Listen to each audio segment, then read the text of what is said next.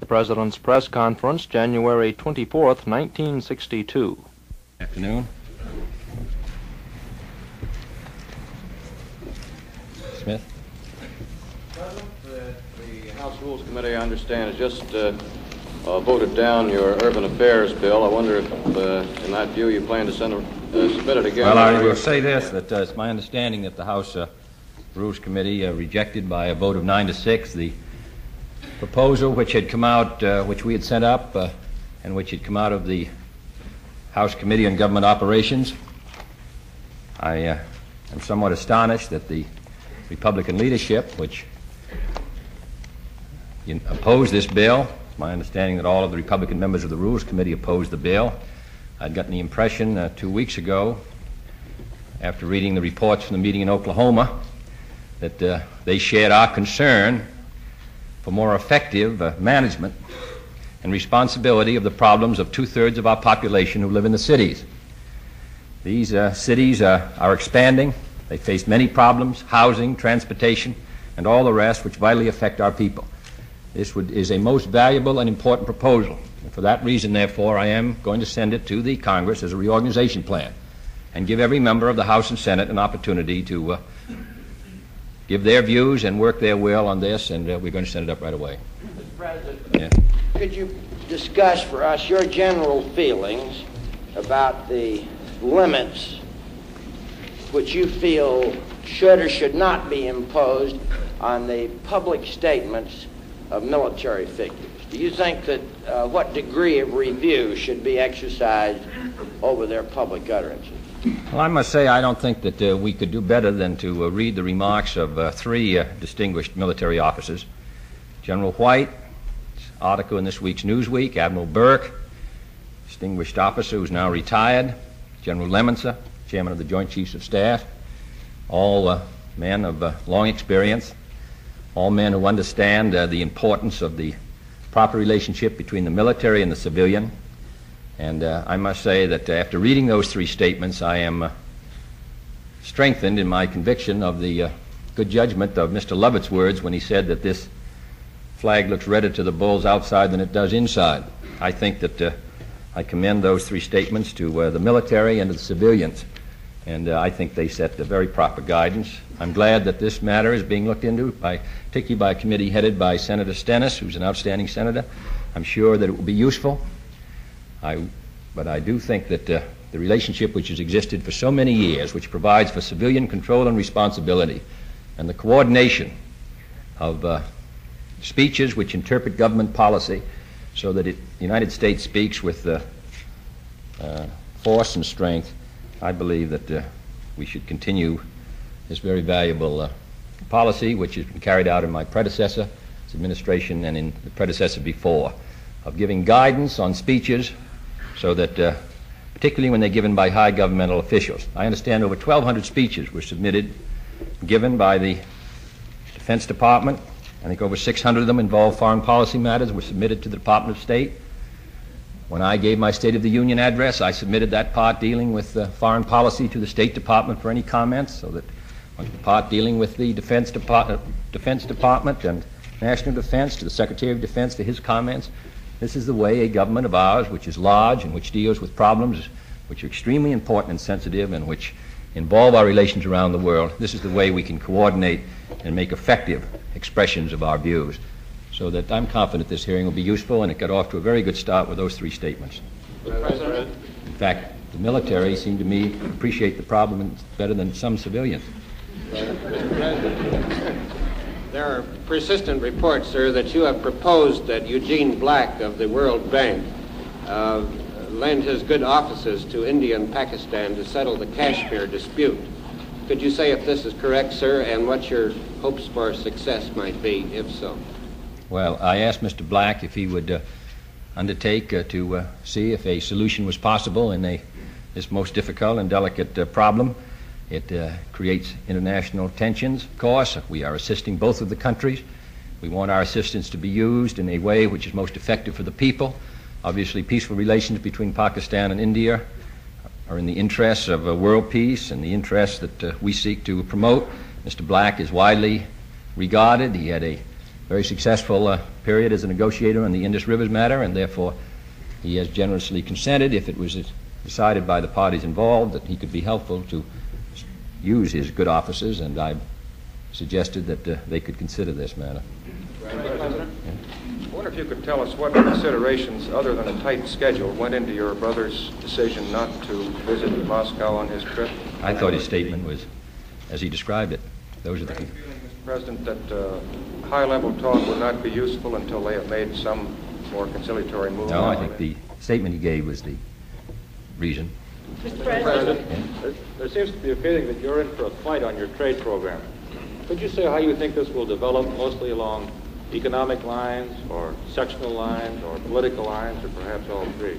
So it might be all three. I'm hopeful that it will be certainly a bipartisan fight. I believe it will be. This matter received its first impetus from the report of Secretary Herter and Mr. Clayton. The general principles have been supported by people like Henry Cabot Lodge, his work with NATO and the Atlantic Council. It has been given a general support by President Eisenhower, so that I'm hopeful that it will be a matter of bipartisan concern. There will, of course, be sectional interests involved, and there will be industrial interest involved, but I'm hopeful about this because I think the facts, the necessities, and our interests are so much on the side of our program that I believe that the Congress will respond. President, are you and your military advisors completely satisfied with the makeup and strength of NATO at the present time? Well, I think we can improve NATO. I think that it's important that we add to the conventional strength of NATO. We've been emphasizing that. We ourselves have increased our contribution. I'm hopeful that we can meet the targets which General Norstad has stated are minimal if Western Europe is to be successfully defended, and also if we are to have, as I have said, an alternative between nuclear holocaust and a retreat, so that I think it could be strengthened. Mr. President, Yes. in connection with the House Rules Committee vote, I wanted to ask you about an article that appeared this morning, and it was described as being based on an authorized interview with you. It included this sentence: "The President sees at the end of a year how nearly impossible it is to govern under the system of divided powers." Would you care to expand on that view? Yes, I haven't given any authorized interview. But if you want to know my views, of course, there is a difficulty between a Congress and a president and executive. We are coordinate branches. There are different views, different interests. Perspectives are different from one end of Pennsylvania to the avenue to the other. I've been 14 times longer in one end of it than I've been on the other, so I appreciate the Congress's responsibilities. I think that I believe that on the particular issue that that the Congress should speak its will, because I believe it vitally important, particularly as these cities expand, they cross state lines. The mayors come to see us, and they've strongly supported this legislation. They move from department to department where their interests are assigned to different agencies under different conditions. This would be a very important step forward, and that's why I'm going to follow a procedure of sending it to the Congress, so that in this way we are bound to get a vote on it by the House and the Senate. President. Yes. Mr. President, if you are able to create a Department of Urban Affairs and Housing, there have been numerous reports that you would appoint Robert Weaver to this cabinet position. Would you care to comment on these reports? Well, Mr. Weaver is the head of the housing agency, and he was chosen for that position because he's had long experience. I think he's done an outstanding job. This would be the most important part of any new agency, and if we did receive the authority, I would appoint Mr. Weaver to be the secretary. Mr. President. Yes. Sir, your brother Teddy in Massachusetts seems to be running for something, but none of us are very certain just what it is. Could you tell us, sir, if you have had an opportunity to discuss this with him, and whether you can tell us the secret? Well, I think he's the man. He's the man who's running, and he's the man to discuss it with. Mr. President. Mr. President, assuming the American air bases in the Portuguese Azores are vital to our security, could you explain to us whether you expect the government will have any difficulty negotiating renewed leases on those bases this year, especially in light of reports from Lisbon of our strained relations with Portugal? I think the Azore base is very important to us and to NATO, and the negotiations will take place this year. We're hopeful that they will continue to permit us to use this base upon which 75 to 80% of our military air traffic to Europe depends. So that in these rather critical times in Europe, that base is extremely important to us. I'm hopeful that it will be possible for us to reach an agreement with the Portuguese for continued use of it, but that's a matter which will be negotiated between the countries. Ms. Craig? Mr. President, you said yesterday that more people ought to drink milk. None of the young married I know lay off it on account of radioactivity. They lay off it because they can hardly buy enough for the children and not themselves on account of the price. Now, how is it with the butter priced off the table and milk so high that they can't buy it, we have surpluses that we buy up and give away? The price of milk has not, well, I don't have the latest figures here. In the last 12 months, overall, consumer prices have not materially increased, and perhaps so that I'm not sure that the whole explanation of the drop within the last 12 months, which has been quite sharp, in other words, the consumption has dropped by 1.5%, while the population was going up 1.5%. So that I don't feel, Ms. Craig, even though I recognize that this is an important element, I don't believe it can be explained by price alone. We are attempting to make judgments as to what can be done to increase the consumption. I don't think the dairy farmer, who averages about, I think, 82 cents an hour, is being overcompensated for his work, so that while price obviously is a factor, it is not the total explanation. And I was attempting to reassure on radioactive and on the matter of, and also to see if we can stimulate it. Mr. President. By example, Mr. Salinger drank this morning. Excuse me.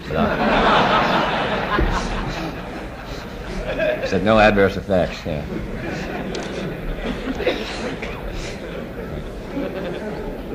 Do you have real prospects that your medical care for the aged bill will come out of committee finally for a vote up or down by Congress? In this I have real hope that there will be a vote on the medical care for the aged this year in the Congress, yes.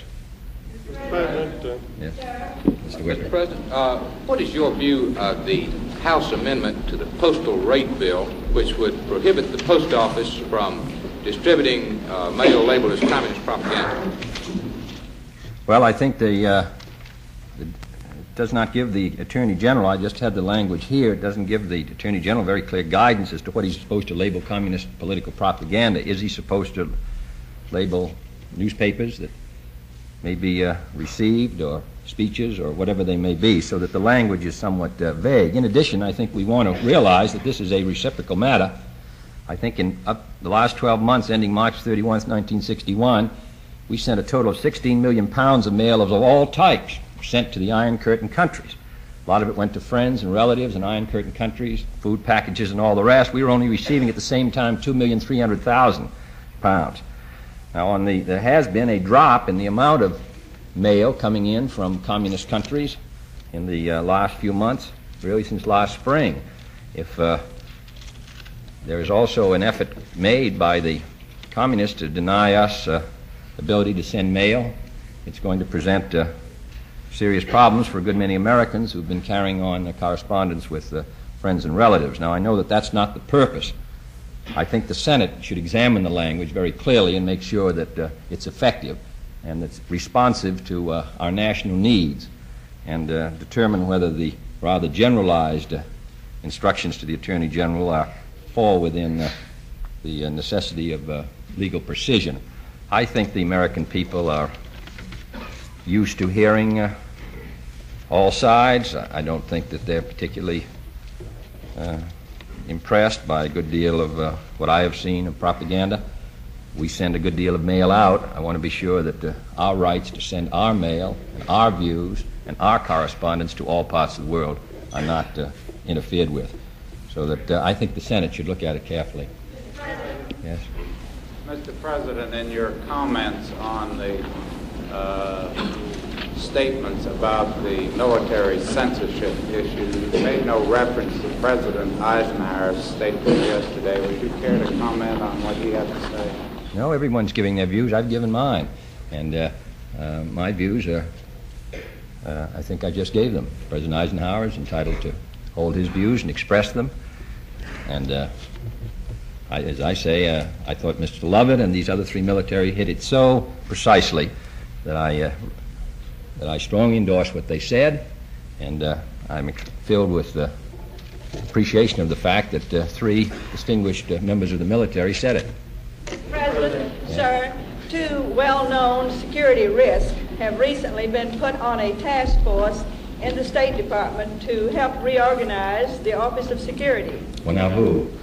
William Arthur Weiland, a well-known man who for over a year the State Department... The thing, Mr. McClendon, I think that... would you give me the other name? Yes, sir. J. Clayton Miller. Right. Well, now, I don't... I think the term... I would say that the term you've used to describe them is a very strong term, which I would think that you should be prepared to substantiate. I'm familiar with Mr. Miller's record because I happened to look at it the other day. He has been cleared by the State Department. In my opinion, the duties which he's now carrying out, he's fit for.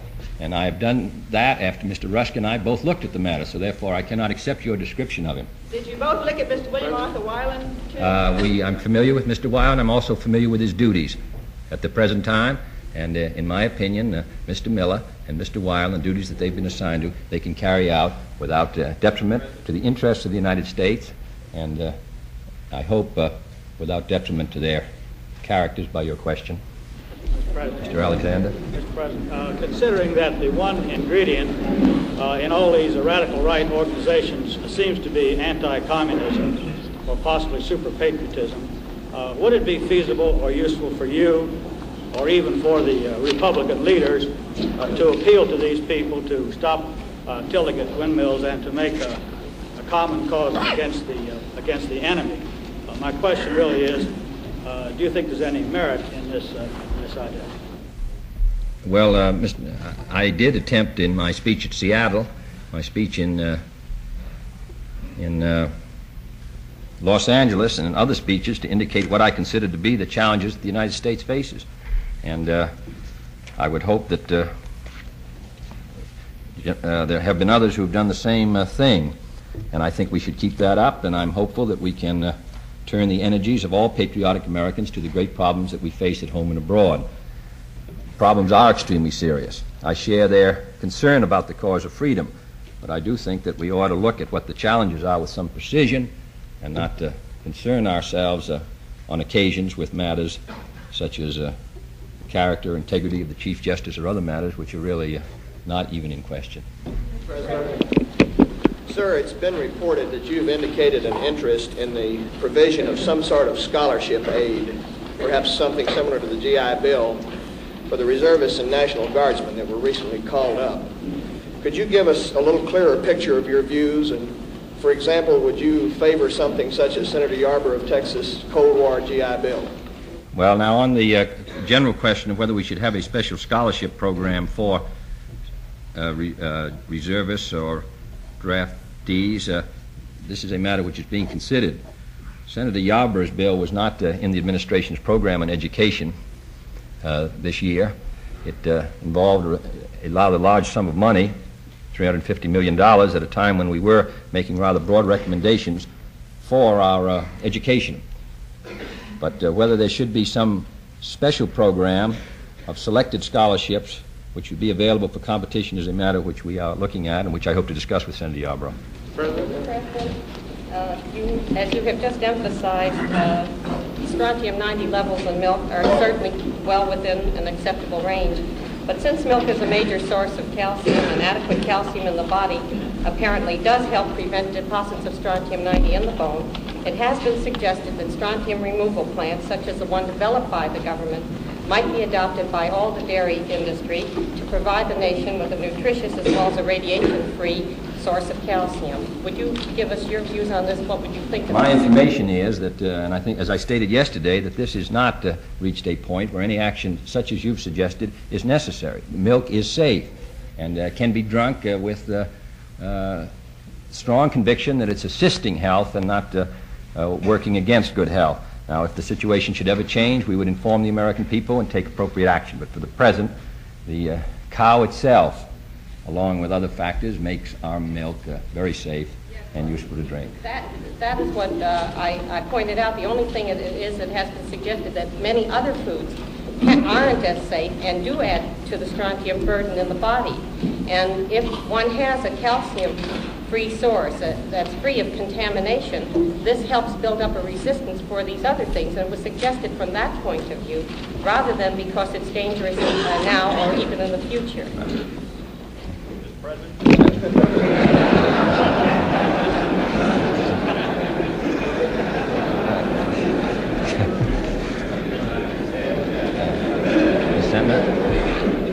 President, in the face of your economic message urging both management and labor to moderate their policy regarding price and wage increases, can you tell us how you feel about the electrician union's contract in New York?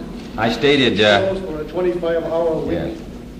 I stated I think at the Steelworkers Convention before I was elected, and I've stated since then, that I thought that the 40-hour week was the in view of the many obligations that we had upon us at home and abroad, represented the national goal at this time.